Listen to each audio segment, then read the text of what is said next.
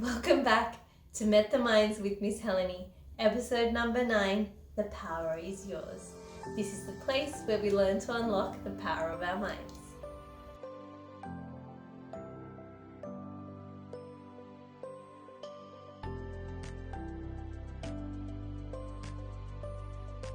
It is so normal for us to feel big emotions.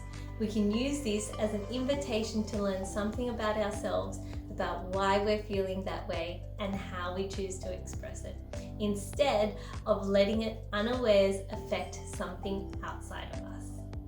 Once we become aware of this, we then have a choice. We don't always get to choose our emotions. We don't always get to choose when and why they come about.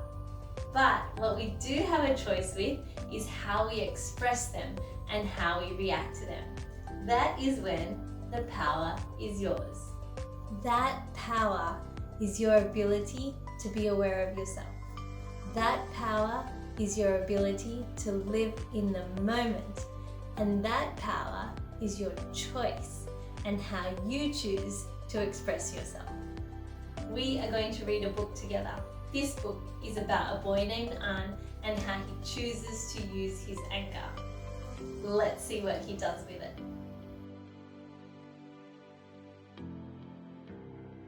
This book is called An's Anger and it's written by Gail Silver.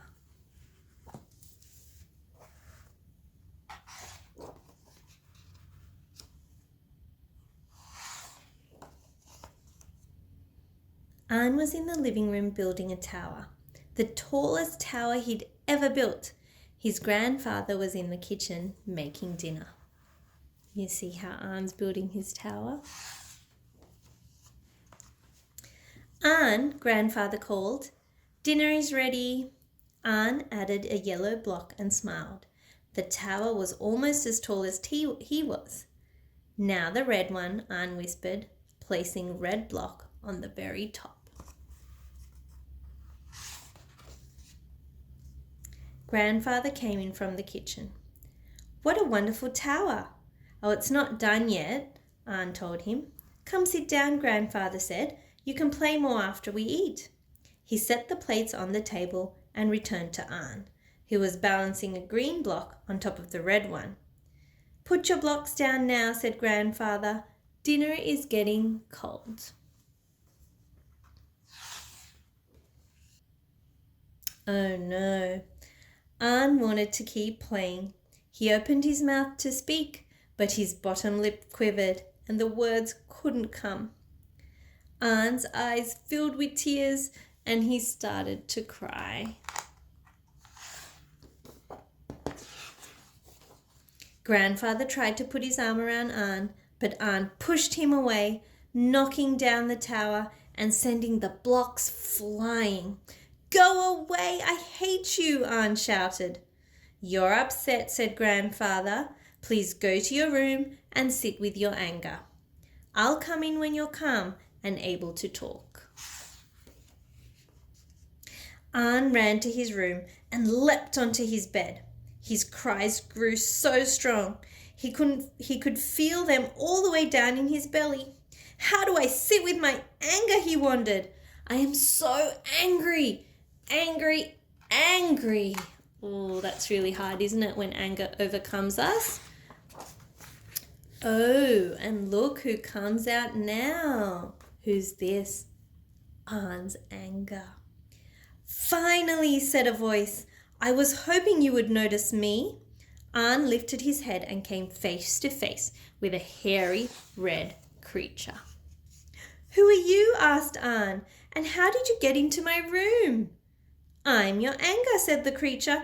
You brought me here. An's feeling a bit scared about what his anger is going to do. My anger? The anger nodded.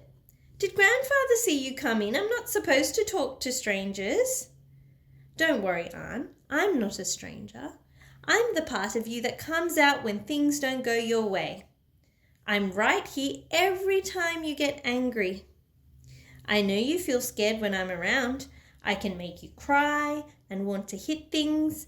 I can even make you say mean things to people you love. See how An's anger can make him do different things, including saying mean things to people he loves. An's anger started to turn the knob of the bedroom door. "Come on," he said, "I'll show you." Okay, so now his anger wants him to do these things, but An has a choice to make. An was tempted, but Grandfather had said to stay in the room. "Wait," An called. "Maybe we can do something in here." An's anger turned and extended his hairy hand. "I know just the thing," he said. So An now has made a choice on how he would like his anger to respond. An took his anger's hand and together they danced all around the room. They raised their arms overhead and spun wide circles. They used their breath to make sounds like a strong howling wind. They got down on their knees and pounded the ground with their hands. It sounded like they were playing drums on their earth, and An liked that.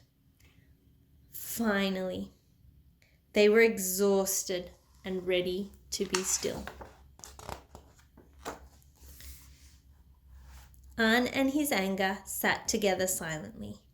They sat, they breathed in, they breathed out. So now An is choosing to meditate after he used up his anger. And they sat some more. And what do we notice happening to his anger? He's shrinking, isn't he? It's becoming quite small and less scary looking. "I don't like to say mean things to people," said An, "but sometimes I can't help it." "I can help you," said his anger. "How can you help? I thought you were the one who was making me do these things in the first place." "That's true, but I'm also your friend.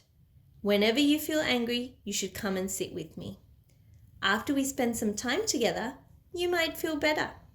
"Spending time with you is kind of fun," said An. "Do you want to stay for dinner?" "Oh, I think I'll be gone before dinner," said his anger. "Are you sure?" asked An. "We're having ice cream for dessert." An's anger smiled, and An smiled back. His anger is getting so small and pretty cute. An was tired. He took a deep breath and let out a little sigh, and when he did, his anger became smaller. An and his anger continued to breathe together. With each in-breath, An's anger got a little bit smaller, and with each out-breath, An felt a little better. An heard a gentle tapping on the bedroom door. It was Grandfather.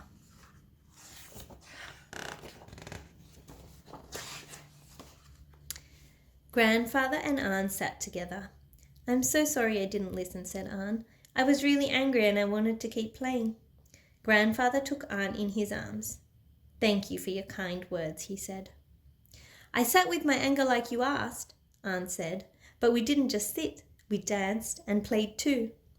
"Do you want to meet him?" An looked up, but his anger was gone. "Grandfather," said An, "do you know what happened?" "I think I do," said Grandfather. "You took good care of your anger and it went away." "That's right," said An. "How did you know?" "When I was a little boy, I met with my anger too." "Really? Was it because of blocks?" "No," laughed Grandfather. "There were no blocks, just frogs, a lily pond, and a sun that wouldn't set. Come, let's eat dinner and I'll tell you my story."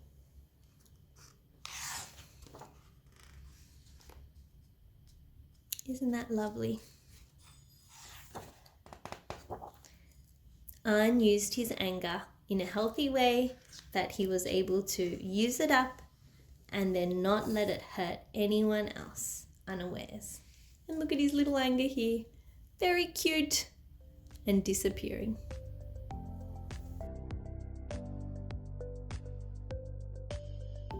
Like An, we all have a choice on how we can use our emotions and express ourselves. An didn't really get angry at his grandfather for telling him to come and eat dinner. He got angry because he had to stop doing something he liked. Once we figure out why we feel a particular way, it becomes much easier to solve that problem and figure out how to overcome that emotion. That is a wonderful way of putting the power in our hands.